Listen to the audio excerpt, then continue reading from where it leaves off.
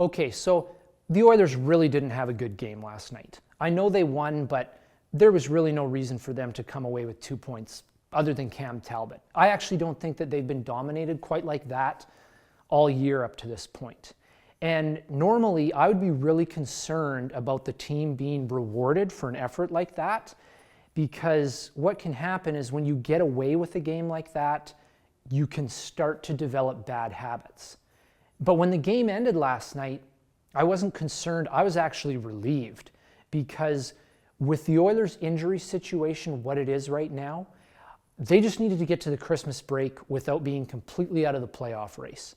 Now, I know there's a lot of people who are making statements on Twitter like, oh, just wait until we get McDavid and Yakupov back. We're going to have 3 great scoring lines that no other team can match. And I understand that. I mean, the Oilers actually haven't iced their top 9 forwards for one game all year, and they're still 12th in goals for. So that's great. I'm looking forward to those guys coming back. But in my opinion, it's way more important for them to get healthy on defense. It is nothing short of a Christmas miracle that the Oilers won 2 of their last 5 games without Oscar Klefbom. I think that anyone who questioned the team signing him to that 7-year extension is beginning to understand why they did that. And no, it's not because he could set off a metal detector with his abs of steel, and it's actually not even so much about the skill set that Klefbom brings to the team. Yeah, he's big, he's smart, he can skate, he's got a good shot, and all the rest of it. It's that without him in the lineup, everyone else is being forced to play way beyond what they are capable of. Here's what I mean.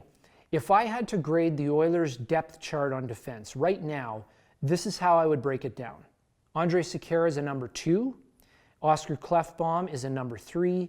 Darnell Nurse and Brandon Davidson, right now, I think, are number 4s.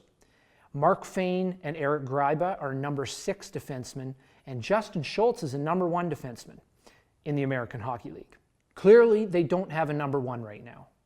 But teams have managed to be quite successful with a group of 2s, 3s, and 4s where they just roll all 3 pairings. I know this brings back painful memories for many of you, but Carolina did it back in 2006 when they won the Cup with Kaberle, Hedekin, Ward, Commodore, Wesley, and Wallin. This is the sort of group the Oilers have iced for most of their games this year. But Klefbom's injury has thrown things way off kilter. With him out, Nikitin has had to come in and play, which is just flat out disturbing. And Justin Schultz has nobody there to mask the many flaws in his game. Last night was a prime example of how important Klefbom is. The Oilers just couldn't knock the Jets off the puck and exit their zone cleanly. And this led to the Oilers just running around chasing them for the final 40 minutes. The Oilers need him and Davidson back soon, because the next 5 games are critical. They've got 5 straight divisional games coming up. So, however you're planning on spending the holidays this year, whether it's watching underage girls perform an inappropriate Christmas song and dance routine,